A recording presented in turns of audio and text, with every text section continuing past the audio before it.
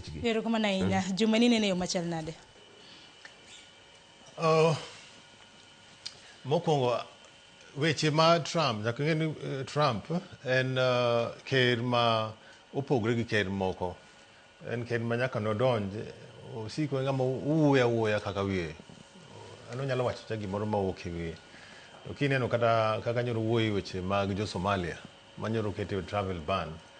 Ne wacho ni jo Somalia odwa mondo odog thurgi kuma ne gi ai.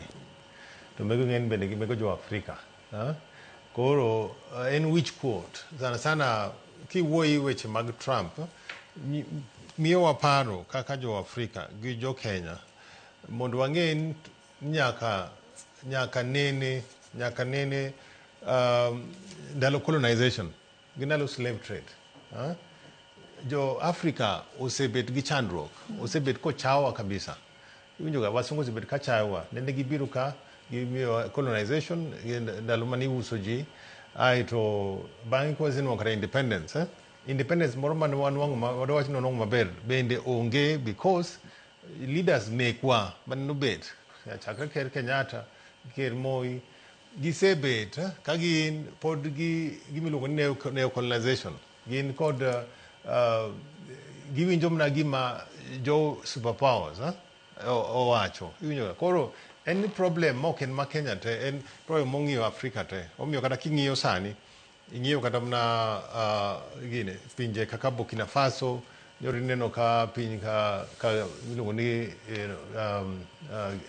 Guinea, Benin, no kanyo be nitiere obila dwaro mondo kaw loch gi teko. Koro Afrika wasebet gi shida, wasebet kochawa, ai kendo neno ka sani jomoketi gasedgi bende medo chilo kuomwa kaka jo Afrika. Gimiyowa wich kuot. Ma bende ano kasiro ni mondo ni ker odhi mondo wuo gi Trump mar jomodak Amerika to gidak maonge otese makare. In kidak Amerika nyaka ing'e ni idhi kucha kibidhi isomo or idhi nitie jo Kenya mang'eny modak Amerika to gin gotese makare.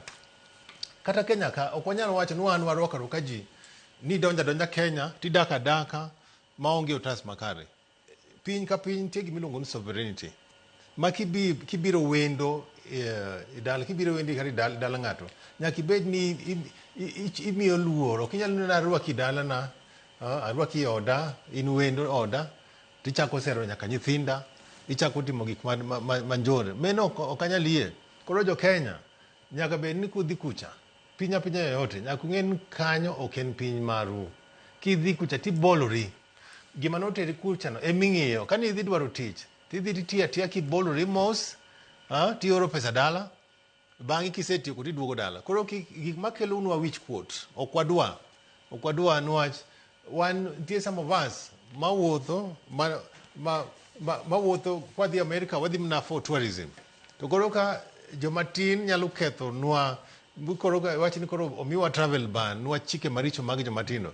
Tiende ni koro joma dwa dhi kata Amerika kata pinje maoko iyo mag bayo ok joma dhi dwaro mag bayo. Koro inyalo keth nwa jo Kenya nitie matindo mokelo chindego. To nyaka ing'e Sharon chon ndalo ma kane before gine higa kane ochopo 2000 nyaka independence 2000 passport ma Kenya nene en passport man gi luor.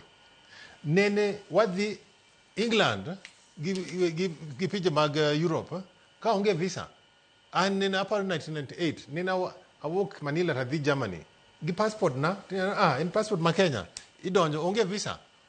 To because of weche mag mibadhi ndalo ma Moi manene weche mag mibadhi manochakre ndalo mag Moi onwang' koro 1999 piny ma Germany gi pinje mag Europe gi UK gi impose visa.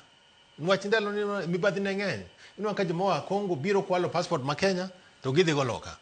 Koro Kenya osebet piny man gi nyadhi, piny man gi luor, lakini koro joma ketho nwa nying gin jomino ka kobedo listed gi. Nwa ka ng'ato riembo komer, in riembo kimer nang'o, idwa tho. Men to midwaro gine, moko nitie ma madho njaga gin gik mamero gin gik mok ber. gimok ber mon gik moko nyal defend kata ka koro duokgi mondo gibed god iluongo nang'o gibed gi chwat omigi chwat mondo gin gik ma kamago